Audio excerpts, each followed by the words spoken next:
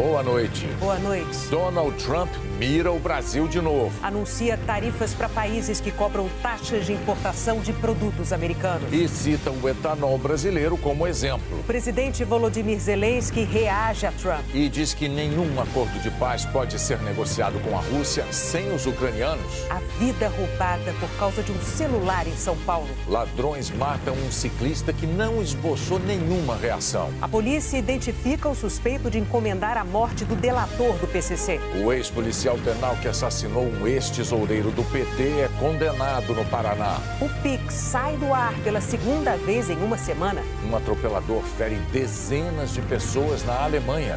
Em meio minuto no Jornal Nacional. Dependendo de onde você mora, não é novidade que usar um telefone celular na rua pode ser perigoso. Nas maiores metrópoles brasileiras, o risco de ser abordado por um ladrão não é pequeno. Mas hoje em São Paulo, um cidadão foi assassinado sem que tivesse nem tempo para entender que estava sendo roubado. O crime foi nesta rua, hoje cedo, em São Paulo. Ele assusta pela violência e pela sensação de que poderia acontecer com qualquer um de nós. Dessa vez, a vítima foi Vitor Felisberto Medrado, de 46 anos. Eram 6h12 da manhã. Havia carros passando, pessoas a pé e de bicicleta, bastante movimento.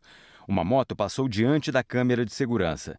Em seguida, voltou pela contramão. Pouco depois, os dois ladrões se aproximaram de Vitor, que estava de bicicleta com o celular na mão. Antes mesmo de a moto parar, o que estava na garupa disparou um tiro. Imediatamente, Vitor se curvou e caiu no chão. O ladrão desceu, pegou o celular e fugiu com o comparsa. A ação durou apenas 8 segundos. Vitor foi atingido no pescoço. Chegou a ser socorrido, mas morreu no hospital. A mulher de Vitor, que muitas vezes faz o mesmo percurso com ele, fala da sensação de impotência. Quando pisamos na rua, estamos aleatoriamente sendo escolhidos para coisas terríveis. Todo dia a gente ouve fatalidade, todo dia a gente ouve que algo de ruim aconteceu com alguém do bem. Uma pessoa que tem sonhos, que acolhe pessoas, que cuida e ajuda as pessoas a ter saúde, a promover a saúde e não volta para casa. Não teve oportunidade de se despedir, não teve oportunidade de falar com a família, não teve oportunidade nem de entender o que estava acontecendo. Quem passa por ali está com medo. Ele parou para mexer no celular, responder alguém.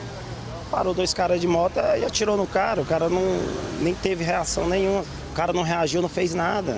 5 horas depois, a mesma moto foi usada numa tentativa de assalto. Desta vez, a vítima foi um motociclista. Ele foi baleado e está no hospital. A polícia acredita que o atirador seja o assassino de Vitor. No ano passado, a polícia registrou mais de 300 mil roubos de celulares no estado de São Paulo. 183 mil só na capital. 501 por dia. Uma pesquisa do Fórum Brasileiro de Segurança Pública também mostrou que só metade das vítimas registra queixa. Vitor estava exatamente neste ponto da calçada aqui na frente do Parque do Povo, na zona oeste de São Paulo. Ele foi mais uma vítima do roubo de celular. Um crime que assusta a população pela violência e pela frequência com que acontece. Muita gente já está buscando medidas individuais para se proteger num caso de assalto. O Anailton já foi assaltado no ponto de ônibus. Depois disso, ele até usa o celular na rua, mas com cuidado. Sempre está focado no quem vai e quem vem para poder você tomar uma atitude diferente. A Adriana tirou todos os aplicativos de bancos e de compras do celular. Não tem aplicativo nenhum aqui. Tem um no celular da minha casa, do meu filho. A Maria do Socorro concluiu que não vale a pena se arriscar. Eu não uso celular no meio da rua. Inclusive agora mesmo eu estou sem, né? A mulher de Vitor resume assim o que as pessoas sentem. O problema não é a ciclovia ou o policiamento dali. O problema está aqui, tá quando você vai ao supermercado, quando você atravessa a rua, quando você vai ao trabalho, quando você está no marginal. O problema tá em todo lugar. A gente está sujeito e exposto o tempo todo. A Secretaria de Segurança Pública de São Paulo declarou que investiga o caso de Vitor Medrado, que intensificou o patrulhamento na região e que no ano passado houve uma redução de 9% nos casos de roubos e furtos de celulares, tanto no estado quanto na capital paulista. A polícia de São Paulo identificou o suspeito de mandar matar o delator do PCC, Vinícius Gritzbach. Emílio Carlos Gongorra Castilho começou a ser procurado assim que o dia amanheceu. Os policiais fizeram buscas em 26 endereços. Recolheram celulares, pendrives, levaram parentes de Emílio para prestar depoimento, mas não o encontraram. Segundo a polícia, o homem conhecido como João Cigarreiro, ou Bill, atua no tráfico internacional de armas e drogas em parceria com o PCC e o Comando Vermelho. A suspeita é de que Emílio esteja escondido na Vila Cruzeiro, uma comunidade na zona norte do Rio. Foi lá que, em dezembro do ano passado, os investigadores localizaram Cauê do Amaral Coelho. A casa dele do alvo está ali. Ele está foragido e é apontado como olheiro que deu sinal para a chegada dos assassinos de Vinícius Gritzbach em 8 de novembro do ano passado. Durante a investigação, os policiais encontraram uma série de vínculos entre Cauê do Amaral e Emílio Gongorra. Depois de analisar mensagens de celular, informações de GPS e de ouvir dezenas de testemunhas, os investigadores concluíram que Emílio se uniu ao traficante de drogas Diego dos Santos Amaral, o Didi, que também está foragido, para mandar matar Vinícius Gritzbach. O crime teria sido encomendado para vingar a morte do traficante de drogas Anselmo Santa Fausta, assassinado em dezembro de 2021 na zona leste de São Paulo, e também pelo fato de Gritzbach ter feito acordo de delação premiada com o Ministério Público. Vinícius Gritzbach negava ter mandado matar Anselmo. O inquérito vai ser concluído com o mandante sendo o Cigarreira, por esses motivos, e por conta principalmente dessa delação, em que ele passa a expor os negócios que o PCC estava se envolvendo de forma lícita, né? Quer dizer, lavando dinheiro, com dinheiro do tráfico, ou seja lá do que for, de postos de gasolina, lavando dinheiro e entrando, inclusive, participando, inclusive, aí, de outros ramos. Em depoimento, Gritzbach disse que foi sequestrado por Emílio Gongorra em janeiro de 2022 e ameaçado de morte. E aí o João olhou para minha cara e falou: Vinícius, não me leva mal, perguntas são para ser perguntadas e serem respondidas. Eu falei: o que está acontecendo? A polícia já prendeu 3 policiais militares suspeitos de terem participado diretamente da execução. Eles negam envolvimento no crime. Em Curitiba, o Tribunal do Júri condenou a 20 anos de prisão o ex-policial penal Jorge Guaranho, que assassinou o ex-tesoureiro do PT, Marcelo Arruda. A sentença saiu no início da tarde, no 3º dia de julgamento. O ex-policial penal Jorge Guaranho foi condenado por homicídio duplamente qualificado. Motivo fútil por divergências políticas e perigo comum por expor outras pessoas a risco. A pena foi de 20 anos de prisão. Deve o acusado ser recolhido a um estabelecimento prisional respectivo para o início imediato do cumprimento da pena. O crime foi em 9 de julho de 2022. O guarda municipal e ex-tesoureiro do PT, Marcelo Arruda, comemorava 50 anos em Foz do Iguaçu. O tema da festa eram o Partido dos Trabalhadores e Lula. Guaranho invadiu o evento de carro. Ontem, aos jurados, confirmou ter dito palavras de apoio ao então presidente Jair Bolsonaro. Os dois discutiram. Marcelo jogou um punhado de terra contra Guaranho. A mulher e o filho dele estavam no carro. 10 minutos depois, Guaranho voltou sozinho à festa, sacou a arma e atirou contra Marcelo. Já no chão, ele reagiu também a tiros. Ferido, Guaranho foi agredido por convidados. Os dois foram socorridos, mas Marcelo morreu na madrugada. Deixou a companheira e 4 filhos. A defesa sustentou que o ex-policial penal agiu em legítima defesa, mas os jurados concordaram com o Ministério Público de que houve motivação política. Essa decisão reafirma o Estado democrático de direito, um Estado que não admite que alguém seja agredido, que alguém seja assassinado unicamente por divergências ideológicas, sejam elas quais forem. O julgamento já havia sido adiado por 3 vezes e foi transferido para Curitiba após pedido da defesa de Jorge Guaranho, que alegou que em Foz, onde o crime aconteceu, os jurados poderiam decidir com parcialidade. O ex-policial penal estava em prisão preventiva domiciliar. Condenado, foi direto para o complexo médico penal. A defesa afirmou que vai recorrer e pedir que ele volte a cumprir a pena em casa, porque Guaranho ficou com sequelas. O estado de saúde dele, a ausência de condições do DEPEN de permitir o tratamento das patologias dele no fluir do cumprimento da cautelar, persiste até hoje. A família de Marcelo Arruda acompanhou todo o julgamento.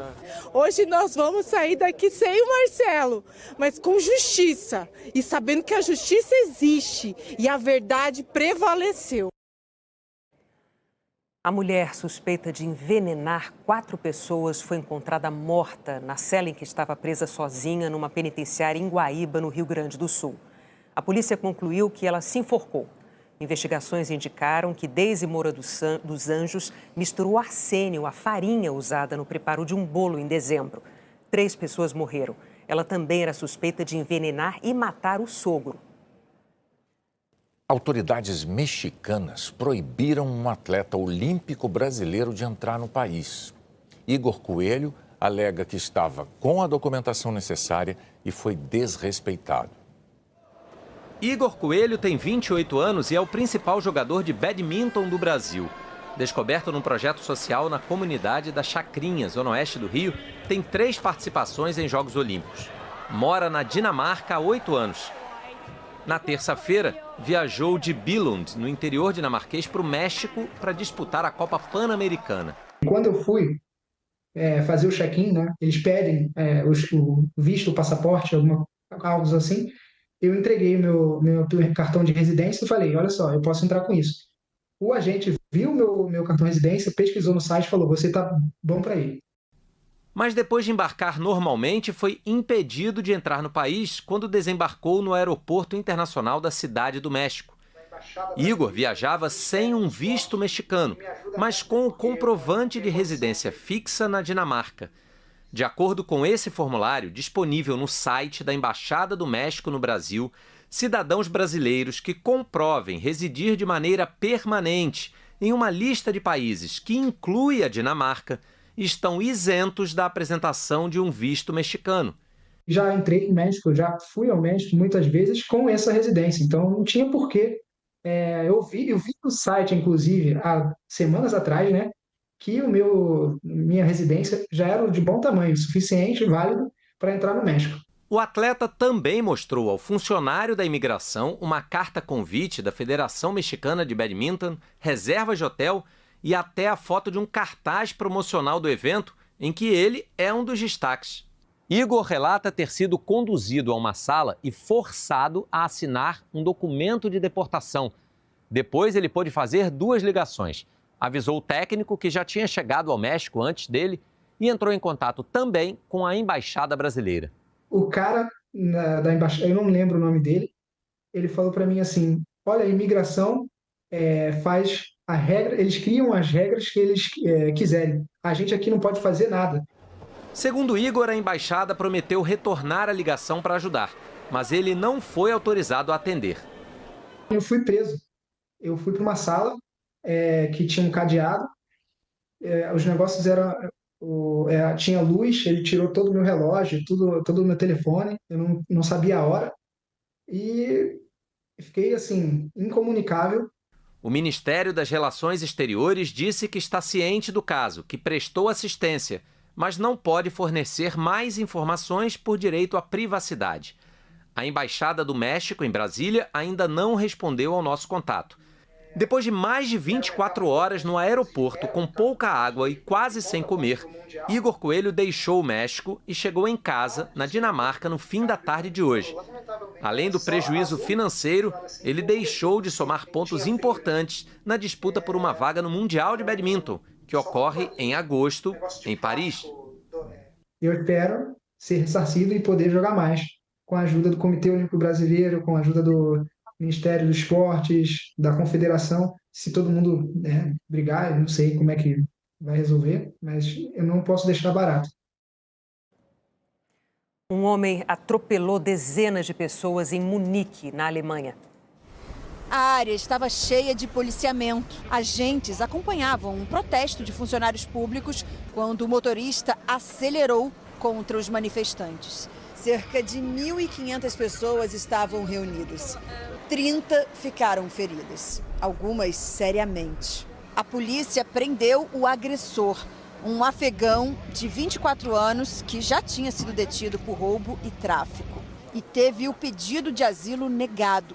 O governador da Baviera trata o caso como uma suspeita de ataque.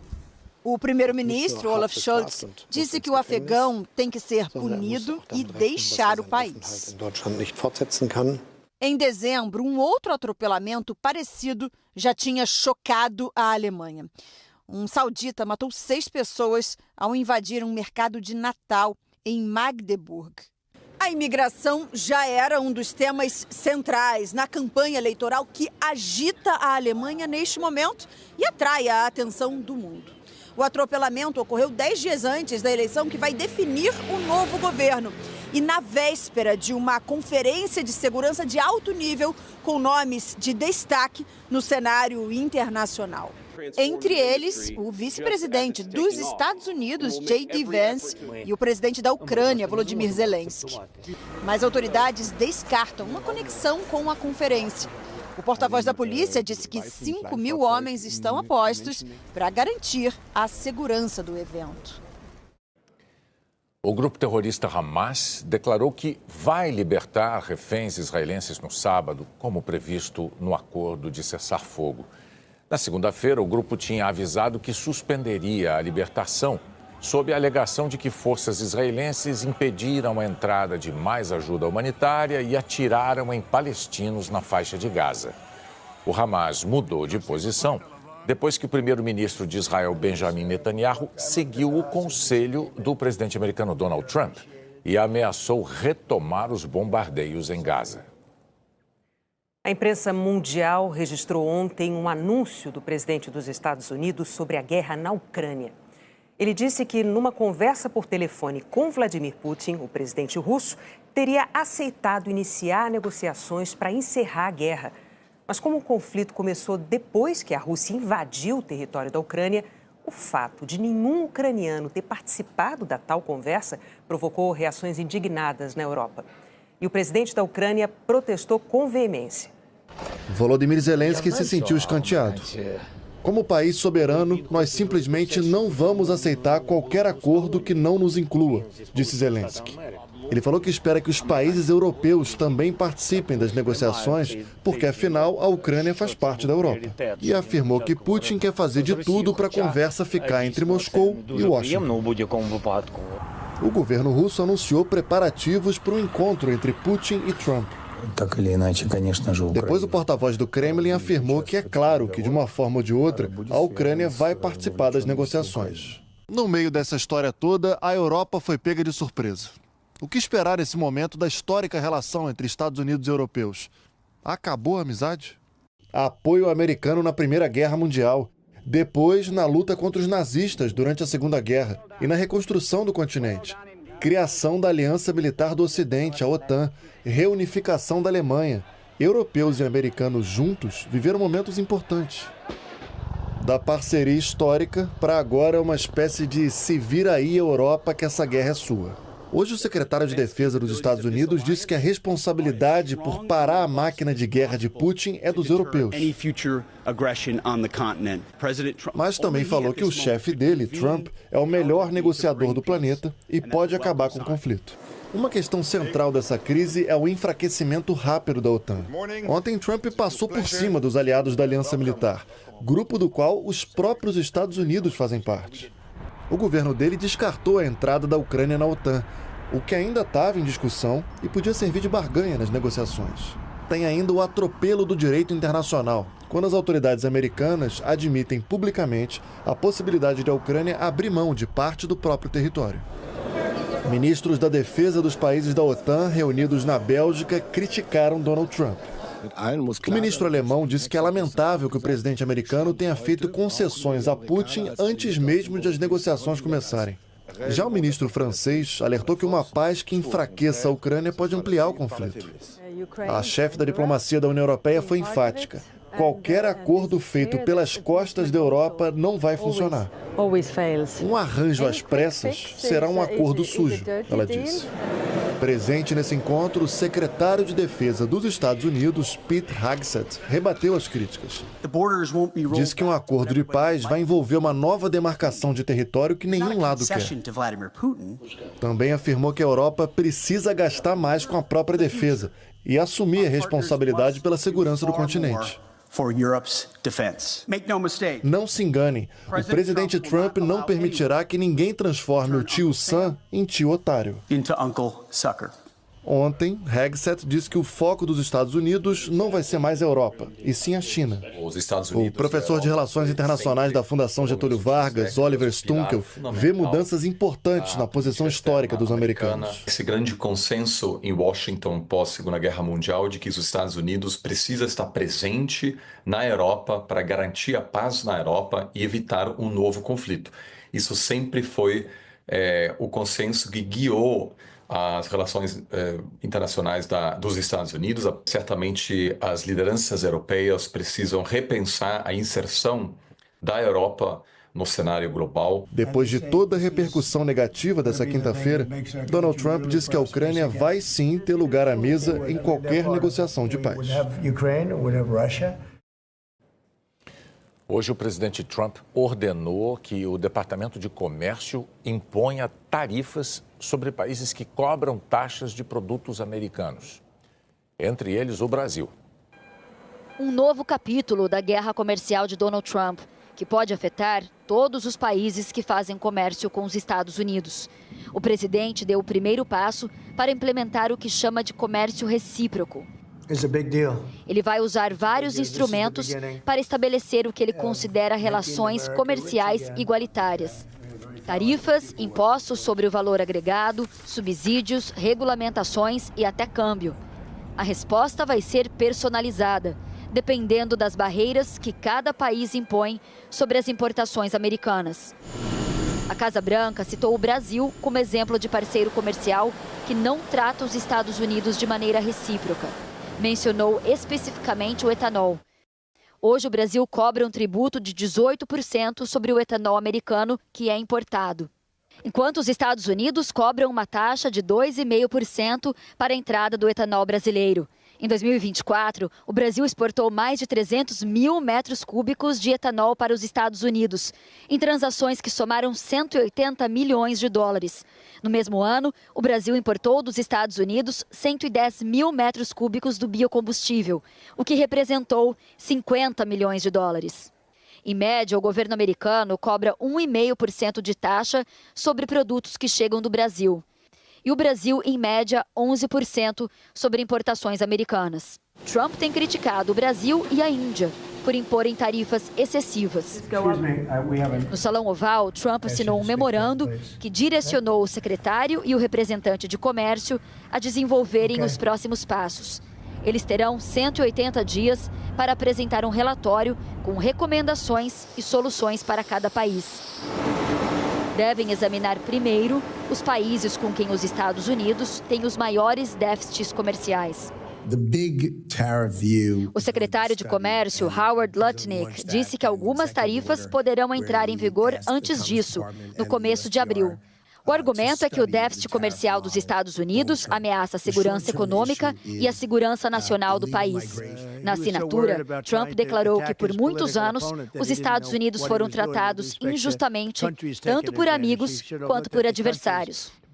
Ele disse que é um sistema muito simples. O que eles cobram, nós cobramos. Então ninguém pode reclamar.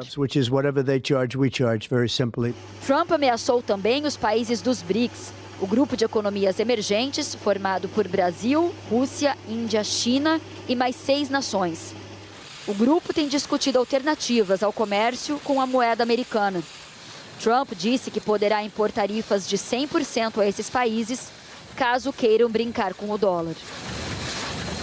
O anúncio foi feito poucas horas antes da chegada do primeiro-ministro da Índia, que Trump acusa ser um dos países mais protecionistas do planeta. A medida pode ter impacto grande na 4ª maior economia do mundo e também nos Estados Unidos. Economistas alertam que as taxas vão pesar no bolso dos americanos, já que a indústria, que pagará mais, deve repassar o preço aos consumidores. Depois do anúncio dessas medidas do presidente americano Donald Trump, o ministro brasileiro da Fazenda, Fernando Haddad, defendeu que o governo aguarde a efetividade delas antes de tomar qualquer ação. E disse que o Brasil não precisa temer porque a balança comercial entre os dois países é favorável aos Estados Unidos. O vice-presidente e ministro do Desenvolvimento, Indústria, Comércio e Serviços, Geraldo Alckmin, afirmou que as relações comerciais entre o Brasil e os Estados Unidos são sólidas e voltou a defender a cautela. Acho que o caminho é o caminho do diálogo. Então, quero reiterar aqui, nós estamos também fazendo um levantamento, o caminho do comércio exterior é ganha-ganha, é ter reciprocidade, não é alíquota igual, né? Reciprocidade é você onde você é mais competitivo, você vende mais, onde você é menos competitivo, você compra, produtos que você não tem, se adquire. Essa é a regra e é nesse princípio que nós vamos trabalhar. Em pouco mais de 3 semanas de governo, Donald Trump tomou uma série de decisões controversas e algumas estão sendo contestadas na justiça. Desde que assumiu a presidência, Donald Trump fez mais de 60 determinações sem consultar o Congresso americano. Essa enxurrada acabou levando os tribunais a questionarem vários decretos do novo governo. O fim ao direito à cidadania por nascimento para imigrantes. A criação do Departamento de Eficiência Governamental de Elon Musk. A reversão de direitos de pessoas transgênero. E a ordem para que o FBI entregue uma lista com a identidade de funcionários envolvidos em investigações sobre a invasão ao Capitólio em 6 de janeiro. A porta-voz da Casa Branca disse que os juízes estão abusando do poder e bloqueando a autoridade do governo. Esta semana, Elon Musk, que lidera o departamento responsável por cortes de gastos do governo, afirmou que juízes ruins deveriam ser demitidos. E o vice-presidente J.D. Vance afirmou que juízes não podem controlar as decisões do executivo. O professor David Dreesen, da Universidade de Syracuse, afirma que as tensões entre os poderes abrem um precedente perigoso. O que os fundadores dos Estados Unidos tinham em mente era que o presidente cuidaria para que as leis fossem executadas. É diferente de alguém que estabelece suas próprias políticas e ordena que todos façam isso. Decretos da presidência não são por si só ilegais. São um recurso para que o presidente possa tomar uma decisão sem passar pelo Congresso.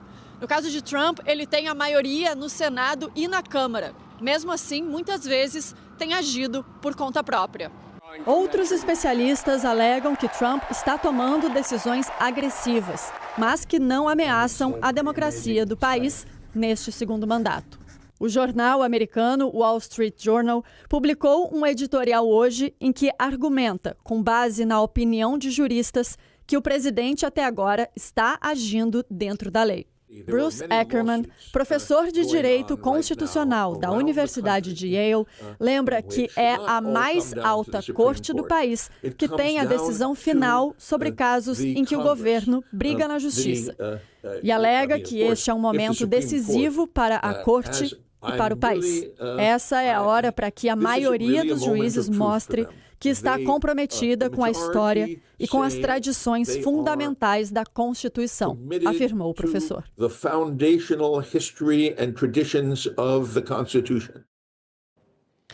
Agora há pouco, uma promotora e 2 altos funcionários da Justiça de Nova York pediram demissão. Eles se recusaram a cumprir uma ordem de Donald Trump para arquivar um processo de corrupção contra o prefeito de Nova York, Eric Adams. A seguir, o sistema Pix sai do ar pela segunda vez em uma semana. O presidente Lula volta a defender a exploração de petróleo na bacia da Foz do Rio Amazonas.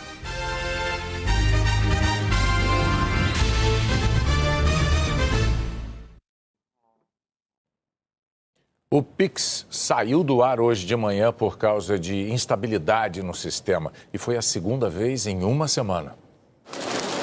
Estava tudo certo, produto na mão, cliente disposto a pagar. Mas a Raquel perdeu a venda. Era um pouco mais de 9 da manhã e o sistema do Pix não funcionava de jeito nenhum. Uma cliente veio fazer a compra, quando ela foi fazer o pagamento, não passou. Aí ela falou, acho que tem problema no meu banco. Aí ela falou assim, deixa eu ir embora, vou no banco tentar resolver e voltar. Não voltou. Naquela mesma hora, teve correria nessa padaria. Durante meia hora, os funcionários tiveram que administrar cliente a cliente. A gente teve um pequeno susto, a gente teve que se virar tanto em dinheiro, pagamento no crédito, no débito, ou até aqueles clientes que a gente já conhece há um tempo, a gente falou, pode vir depois, pagar, não tem problema, que a gente já conhece, já tem uma frequência aqui na loja. Pendurou. Exatamente. Nas redes sociais foram vários relatos sobre a instabilidade no Pix. Muitas pessoas compartilharam a mensagem que aparecia no aplicativo do banco. É a segunda vez em menos de uma semana que os brasileiros não conseguem usar o Pix por causa de instabilidade no sistema, o que gera impacto principalmente no comércio. Dados da Confederação Nacional de Dirigentes Lojistas divulgados hoje mostram que 76% dos consumidores usam o Pix como a principal forma de pagamento. Olha, o Pix ele só tem crescido em número de usuários, em volume de transação. O Pix ele é muito bom tanto para o consumidor quanto para o lojista. As características do Pix de velocidade, segurança, transparência são muito positivas. É uma modalidade de pagamento que tem agradado todo mundo. Isso explica porque virou a modalidade preferida do brasileiro, mas é importante ficar atento para que essas interrupções do sistema não sejam frequentes. Em nota, a Febraban afirmou que a federação e os bancos associados veem com preocupação as instabilidades no funcionamento do Pix e que desconhecia as causas. O Banco Central afirmou que identificou e tomou medidas para resolver um problema no mecanismo de consulta às chaves do Pix, que isso causou uma instabilidade momentânea no sistema. Ainda segundo o BC, o problema foi resolvido e o sistema funciona normalmente. O Matheus está de férias no Rio e não conseguiu comprar o ingresso para o Cristo Redentor. Ixi, acho que eu tentei umas 4, 5 vezes, mas não foi. Tentei do outro lado do meu amigo também, mas não foi. E o Cristo? Vai ficar essa semana ainda, tem até segunda-feira. Só não ter mais instabilidade no Pix. Se não tiver mais instabilidade, aí vai dar certo. O Ministério da Saúde anunciou que todos os 41 medicamentos e itens do programa Farmácia Popular passarão a ser distribuídos gratuitamente. Antes da medida, eram 39 produtos de graça. Entraram na lista a dapagliflozina, que é usada no tratamento da diabetes e fraldas geriátricas. Segundo o Ministério da Saúde, todo cidadão brasileiro tem direito aos medicamentos do programa, desde que apresente receita médica no prazo de validade e um documento.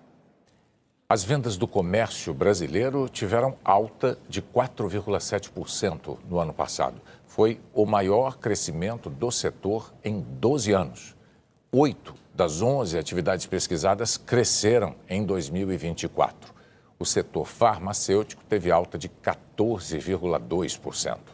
A Companhia Nacional de Abastecimento aumentou a previsão da safra de grãos desse ano para mais de 325 milhões de toneladas, quase 10% a mais que a temporada anterior.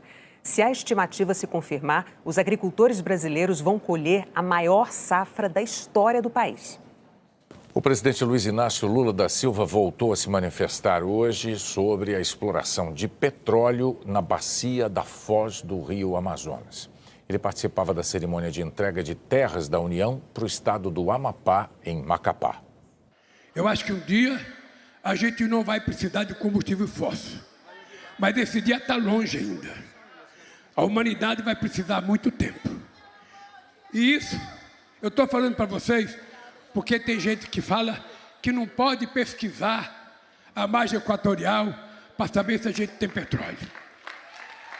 Primeiro, ninguém nesse país tem mais responsabilidade do que eu, climática.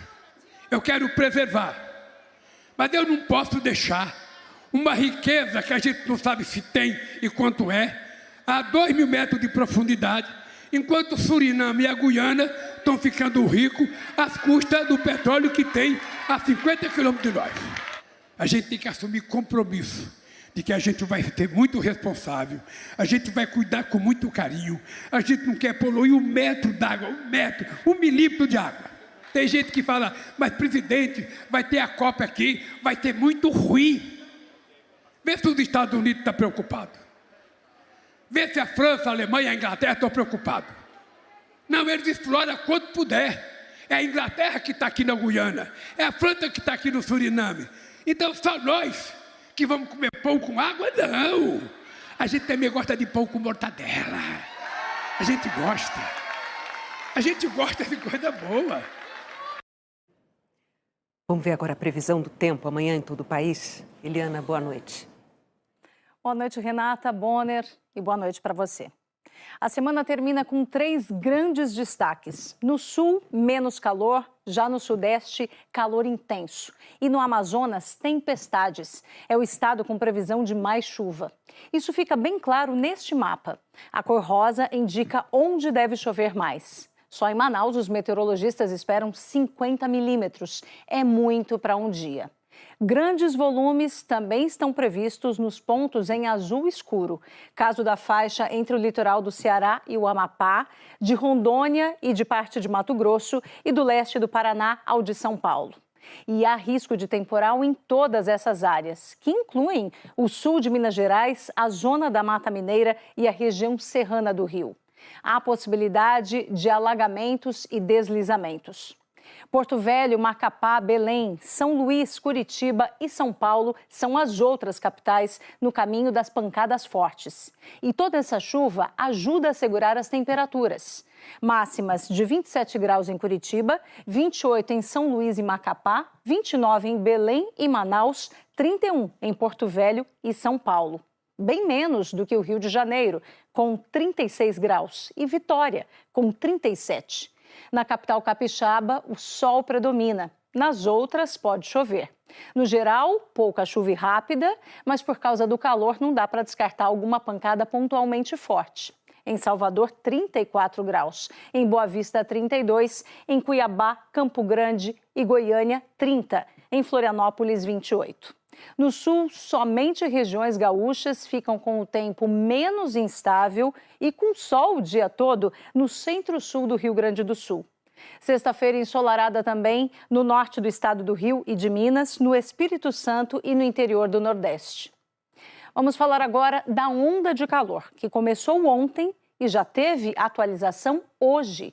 A primeira mudança foi a retirada do Rio Grande do Sul da área com temperatura acima da média. A segunda foi a duração desses dias muito quentes. Agora a tendência é que eles fiquem assim até 24 de fevereiro, 3 dias a mais do que a estimativa inicial. E a cidade do Rio, que até refresca um pouco, amanhã e sábado, volta a esquentar muito a partir de domingo e pode chegar aos 41 graus na terça-feira.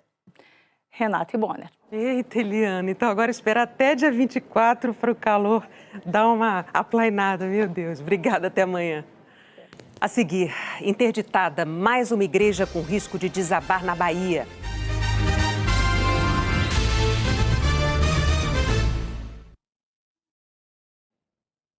A polícia do Rio confirmou que havia uma ligação clandestina de energia na fábrica de fantasias que pegou fogo ontem.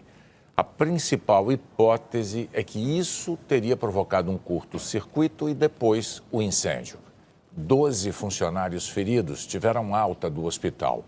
9 continuam internados em estado grave. 8 dias depois do desabamento do teto da igreja de São Francisco, outro patrimônio de Salvador foi interditado. Na porta, um cartaz avisa que a igreja de Nossa Senhora da Boa Viagem está fechada. O Instituto do Patrimônio Histórico e Artístico Nacional e a Defesa Civil fizeram 2 vistorias essa semana. Eles constataram que o teto corre o risco de desabar e decidiram interditar o prédio.